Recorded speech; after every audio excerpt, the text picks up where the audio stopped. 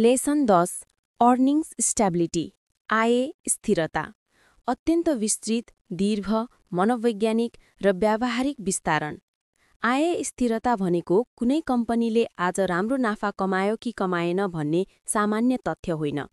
यसको असली अर्थ हो भोलिका वर्षहरूमा पनि यो कम्पनीले निरन्तर, अनुशासित र जोखिम नियन्त्रित आम्दानी गर्न सक्छ कि सक्दैन। लगानी संसारमा सबैभन्दा खतरनाक भ्रम हो।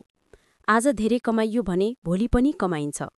यस्तै हतार र धारणा कैद भएर मानिसहरू अस्थायी कम्पनीको चमकमा फस्छन् र भविष्यको कमाइबाट वञ्चित हुन्छन्। अर्निङ्स स्ट्याबिलिटी भनेको अस्थायी चमक होइन, टिक्ने क्षमता हो।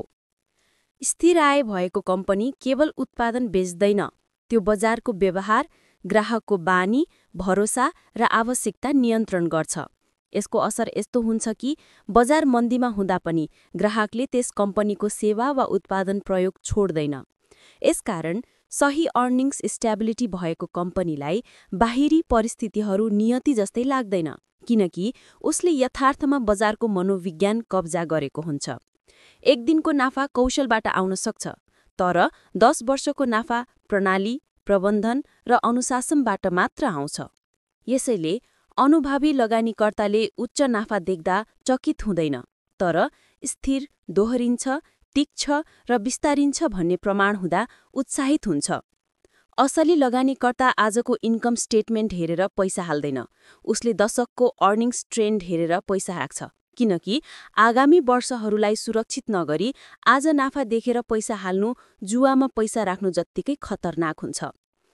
स्थिर आय भएको कम्पनी सामान्यतः मूल्यमा महँगो लाग्न सक्छ, तर त्यही महँगो कम्पनी भविष्यमा धेरै सस्तो साबित हुन्छ, किनकि उसले घाटा, जोखिम, कर्जा र अनिश्चितता कमाउँछ, नाफा मात्र होइन। महँगो मूल्य महँगो होइन, अस्थायी कम्पनीको सस्तो मूल्य महँगो हुन्छ। एउटा गलत कम्पनी सस्तोमा किनियो भने त्यो सस्तो घाटा किनिएको भन्ने बुझ्नै नसक्ने अवस्था आउँछ। अर्निङ्स स्ट्याबिलिटी यसैले सस्तो महँगोको गणित होइन, सुरक्षा र टिकाउपनको विज्ञान हो। कम्पनीको स्थिर आय व्यावसायिक परिपक्वताको सूचक हो। यस्तो कम्पनीको योजना अल्पकालीन प्रचार र ट्रेन्डमा आधारित हुँदैन। त्यसले विस्तार, उत्पादन सुधार, खर्च नियन्त्रण, ग्राहक अनुभव, ब्रान्ड निर्माण र स्थिर क्याश फ्लोमा शक्ति लगाउँछ।